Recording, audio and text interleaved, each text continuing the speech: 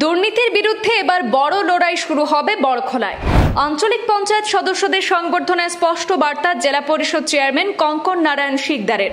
রাস্তাঘাট, জল সংকট সহ বহু সমস্যা নিয়ে একজোট হতে বললেন সভানেত্রী মিতা নাথ ভৌমিক এবং সহসভানেত্রী তৌহিদা সরোয়ার বড়ভূইয়া। এবারে পঞ্চায়েত নির্বাচন নির্বিঘ্নে সম্পন্ন হওয়ার পর জয়ী প্রার্থীরা শপথ নিলেও সবাই একজোট হননি।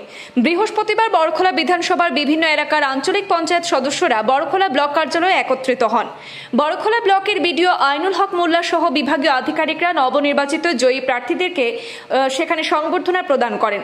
এতে বক্তব্য রাখতে গিয়ে ডলু বড়খলা জেলা পরিষদ সদস্য তথা কাছাড় জেলা পরিষদের চেয়ারম্যান কঙ্কন নারায়ণ শিকদার বলেন, এতদিন নীরব ছিলাম, কিন্তু এখন থেকে আর নীরব থাকবো না। উন্নয়নমূলক কাজে স্বচ্ছতা বজায় রাখা অত্যন্ত জরুরি। যদি কোথাও গাফিলতি বা অব্যবস্থাপনার অভিযোগ আসে তাহলে প্রয়োজনীয় ব্যবস্থা গ্রহণ করা হবে। তিনি আরো বলেন, বড়খলার জনগণের সমস্যার শেষ নেই, আর এই সমাধানে সবাইকে সম্মিলিতভাবে কাজ করতে হবে, তবেই বড়খলায় বাস্তব উন্নয়ন সম্ভব হবে। এছাড়াও বড়খলা ব্লক সভানেত্রী মিতা নাথ ভৌমিক বলেন, বড়খলার মানুষ বহু সমস্যার মধ্যে রয়েছেন। রাস্তাঘাট, পানীয় জল সহ নানা বিষয়ে তারা এখনো অনেকটাই পিছিয়ে। এইসব দূর করতে সকলকে একজোট হয়ে কাজ করার আহ্বান জানান। বড়খলা ব্লকের সহসভানেত্রী তৌহিদা সরোয়ার বড়ভূইয়া বলেন, জনগণ তাদের উপর আস্থা রেখে নির্বাচিত করেছেন যাতে তাদের কষ্ট কমানো যায়। উন্নয়নের স্বার্থে দলমত নির্বিশেষে একযোগে কাজ করবেন বলে আশাবাদী তিনি। এছাড়াও বক্তব্য রাখেন রাজ্যিক বিজেপির এসসি মোর্চার সহসভাপতি অমলেন্দু দাস, শালচাপড়া মন্ডল বিজেপির সভাপতি জয়প্রকাশ সিনহা, বড়খলা মন্ডল বিজেপির সভাপতি পিনাক কান্তি দাস, ভাঙ্গারপাড় জিপির আঞ্চলিক পঞ্চায়েত সদস্য শফিকুল ইসলাম সহ অন্যান্যরা। প্রথমে আমার যে ভোটাররা আছে, যারা আমাকে তাদের আশীর্বাদ দিয়ে আমাকে আঞ্চলিক পঞ্চায়েত বানিয়েছেন, তারপরে যারা আছেন তারা হলো এপি সদস্যরা, আঞ্চলিক পঞ্চায়েতরা, যারা তাদের মতদান দিয়ে আমাকে আজকে এই পদে বসিয়েছে, তাদের কাছে আমি। তাছাড়া দেখুন, এখানে কারাপশনের কথা বলা হয়েছে, এটা শুনতে আমার খুব বেশি ভালো লাগে, কারণ আমি RSS এর থার্ড ইয়ার, জানি না সবাই বুঝছেন কি না বুঝছেন। আমরা এখানে কি করি, সবাই সমাজ সেবা করি, কেউ ঘরে কিচ্ছু আনি না, আমরা একবার খালি হাতে ময়দানে যাই সেখানে দেওয়ার জন্য, কিছু নিয়ে আসি না, শুধু নিয়ে আসি কি সবার আশীর্বাদ নিয়ে আসি। তো এখানে আমার এটা ইচ্ছা যে সবাই মিলে আমাকে আশীর্বাদ করবেন যে এই 5 বছর যেন আমি বিনা দাগে এই ব্লক থেকে যেতে পারি। আমার বাড়ি, শ্বশুর বাড়ির লোকেরা দান করতে শিখেছে, নিতে শিখেনি কিছু।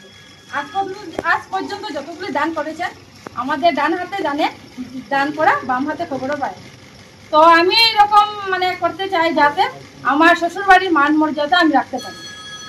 তো আর কিছু বলবো, যেমন আছে, যেমন বলেছে একটা ছোট্ট একটা গানের মাধ্যম আছে যে, দো জাহানের মালিক তুমি, হে পরিবার দিগার, আমার এই গুনাহ মাফ করে দাও, মনের কালি সাফ করে দাও, আমি যে গুনাহগার।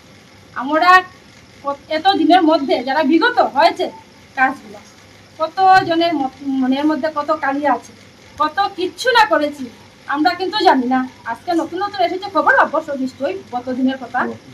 তো এখন আমি বলতে চাই যে সবাই মিলে যে কালিমাগুলি মুছিয়ে ফেলা, করাপশন মুক্ত করে কাজ করা। 5 বছর জনতা কি চায় আমাদের কাছে, যে আমরা সুন্দরভাবে কাজ করে যাই, সবার মন ভরিয়ে নিতে পারি, যাতে 5 বছর পরে জানি না কি হবে কি না, তবে আমাদের একটা স্মৃতি রেখে যেতে চাই সবার কাছে। এই প্রার্থনা সবাই জন্য আমরা একসঙ্গে মিলে সমাজের একটু 5 বছর, মাত্র 5 বছর সুন্দরভাবে একটু কাজ করে যাই।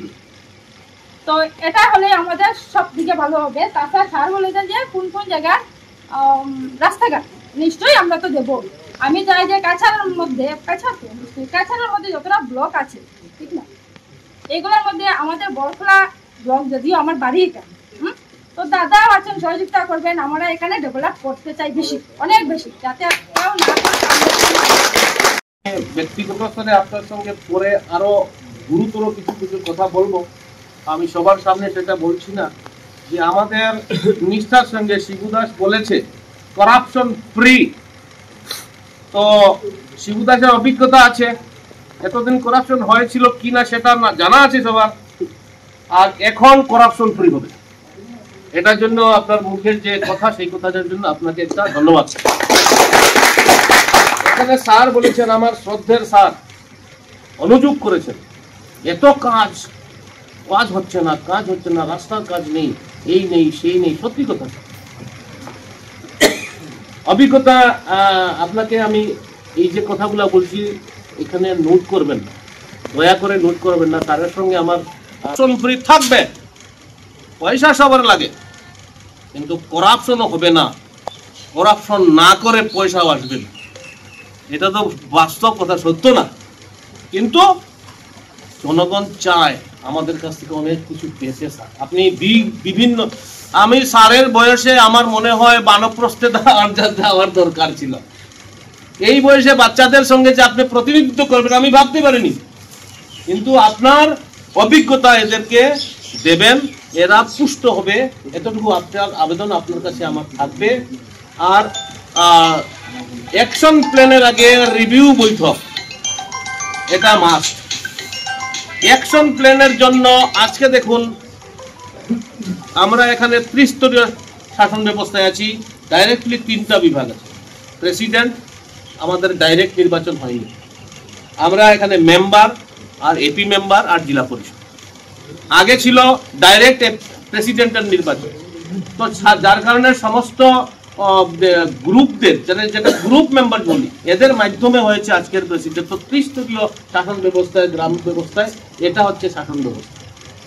আর এখানে ডাইরেক্ট যদি কেউ নির্বাচিত হয়ে আসে সেটা হচ্ছে এপি মেম্বার।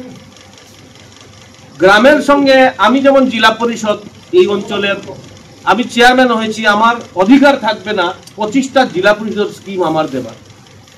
প্রত্যেকটা জেলা পরিষদ তার নিজস্ব স্কিম থাকবে, কিন্তু প্রেসিডেন্ট হিসাবে যদি কেউ দাবি করে যে আমি জারতলা জিপির বা বড়খোলা জিপির বা কোনো জায়গার প্রেসিডেন্ট হয়েছি আর প্রত্যেকটা গ্রুপের স্কিম আমি দেব, সেটা নয়, সেটা হবে গ্রুপ থেকে।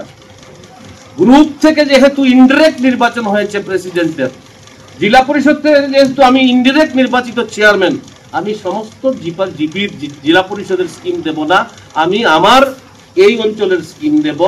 প্রত্যেকটা জেলা পরিষদ অঞ্চলে বা প্রত্যেকটা বড়খোলা মন্ডল বলা কাছাড়ের 162টা জিপি আছে, প্রত্যেকটা তত্ত্বাবধায়ক হিসাবে আপনাদের আমি সহযোগিতা করব, কাজ করব।